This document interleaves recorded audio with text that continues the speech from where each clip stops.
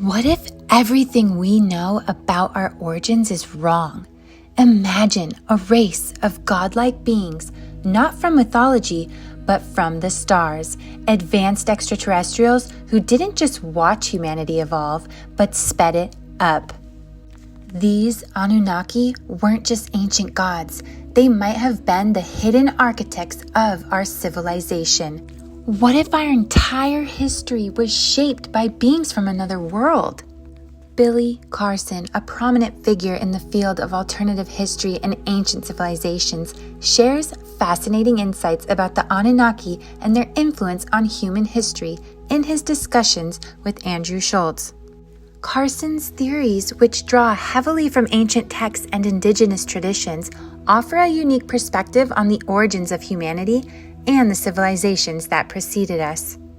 Hello and welcome back to More Than a Label. In today's video, we'll delve into Carson's interpretations of the ancient texts to get a feel of the overall context of the Anunnaki and the implications the pantheon supposedly had on our world. The Anunnaki are off-world beings, which is to say they are extraterrestrial, according to Billy Carson. Okay, the Anunnaki, they are these beings that came from off-world. Yeah. They're actually hominids, bilateral bipedal hominids. They look just like us. Carson explains. This definition goes light years beyond the stereotypical alien in the form of a small green man, refining the definition further to a being that is different but akin to the human species, possibly from shared genetics. Carson says that the origin of the Anunnaki was in the Pleiadian star system, towards a group of stars called the Seven Sisters. He says that, like in ancient accounts, there was really a galactic war and it caused their dispersion. These beings were a spacefaring race that broke away from the Pleiadian star system. There was an ancient galactic war there. Carson states, this war, he says, caused the displacement of many beings who became... This created something called space refugees. And space refugees form a central element of Carson's theory. So, according to him, these technologically advanced beings fled their own home systems and aggressively started seeking new planets to live on. Eventually, they reached Earth, where they started living in the form of colonies, replicating their civilizations. This is a motif common to many science fiction, and it is not without doubt that inspiration for many aspects of Star Wars comes from the sources about which Carson passionately speaks. Carson reaches out to an array of ancient texts to justify his arguments, heeds from all over the world, and pulls ideas, including the Indian Vedas, the Mahabharata, and the Bhagavad Gita, as well as American indigenous texts, the Terror Papers. The Indian Vedas are an essential source for Carson while interpreting them. Having been written thousands of years ago, these ancient texts contain a large number of mythological and historical narratives. The Mahabharata, the Bhagavad Gita, the Indian Vedas. So these are ancient Indian texts. That's right. 5,000 years ago. Yeah. Carson adds, on the other hand, there are gods and cosmic battles. On the other hand, there are encounters with aliens and technologies. For instance, the Mahabharata tells of weapons such as the Brahmastra. According to Carson, Brahmastra relates to a planet-killing weapon, with the term being equivalent to planet-killing space beam weapon. They had these destroyers like Death Stars. They don't call them that, but they call them the Brahma Astra and Brahma Astra Honda weapons that actually can release a weapon that can destroy planets. He explains, such descriptions, he claims, are of advanced technology which ancient man was not capable of to develop. Another important source for Carson is the Terror Papers. an indigenous American text he believes has been systematically ignored. Terror Papers, an ancient indigenous American text. The Hopi tribe elders have written this book. Carson says this leads him to find similar themes amongst the cosmic wars and refugees. A shared narrative across different cultures of these beings come from the sky and shaping the early human societies.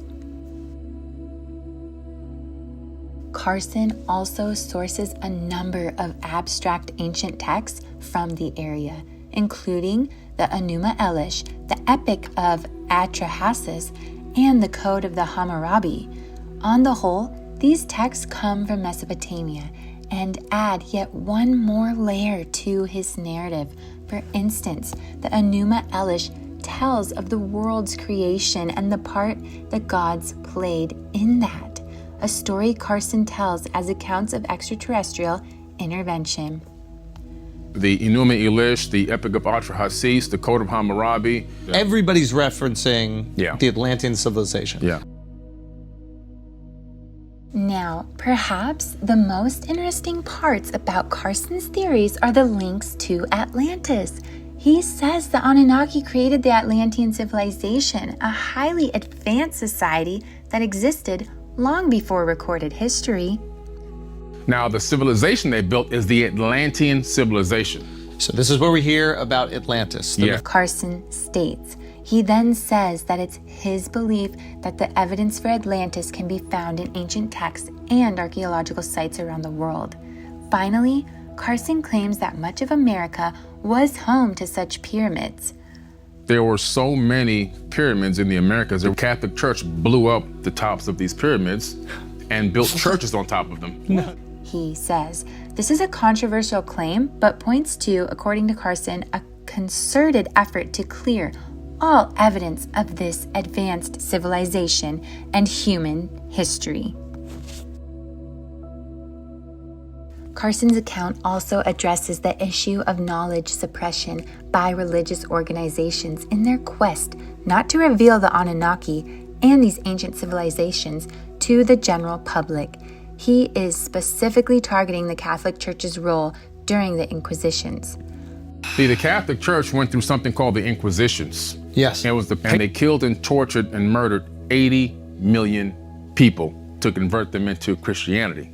This, he says, is part of their violent history, which they have been preserving by killing all those who revere it.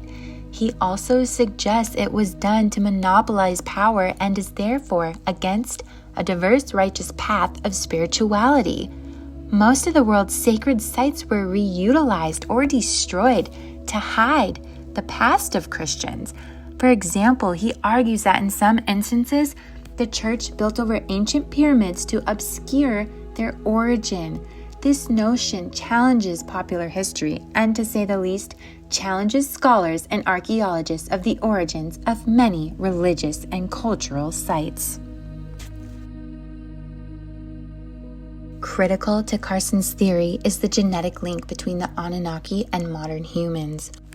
According to Carson, this genetic material is still reflected in humans today, the result of ancient interbreeding between the two.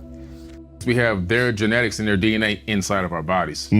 He says that this is linked to the ancient astronaut theory, which essentially posits that extraterrestrial beings interbred with early humans to produce modern Homo sapiens. Carson says that this genetic connection explains the many sudden advancements in human civilization, such as agriculture, writing, and the development of complex societies. He states that these human accomplishments are due to the extraterrestrial visitors and their intervention, not evolution. This view puts into question the whole process of human evolution and the development of civilization. We capture more of that in our other video where he talks about the Garden of Eden being a genetic engineering laboratory. Carson places the influence of the Anunnaki as extending down to the present time. He believes that bits and pieces of their knowledge and know-how are still extant but well disguised. Thus, for example, he cites the remarkably engineering and astronomical knowledge that is apparent in prehistory in structures such as the pyramids and Stonehenge. Moreover, he maintains that many modern-day scientific and technological achievements are actually reinventions of ancient law. He argues that the Anunnaki bequeathed clues and artifacts that have been gradually discovered and comprehended by modern-day scientists and engineers. This would seem to imply an essential cyclical pattern of knowledge and civilization, with mankind repeatedly reinventing its own ancestral heritage. Billy Carson's work on the Anunnaki raises some seriously mind-bending questions about our true origins and the hidden forces that may have shaped human history. But here's the kicker. What if everything we thought we knew about the past is only half the story? What's your take on the Anunnaki's role in our evolution? Drop your thoughts and theories in the comments below. We want to hear from you. And if you're hungry for more mysteries like this, make sure to like, subscribe, and join More Than a Label for the next deep dive. You won't want to miss what's coming next.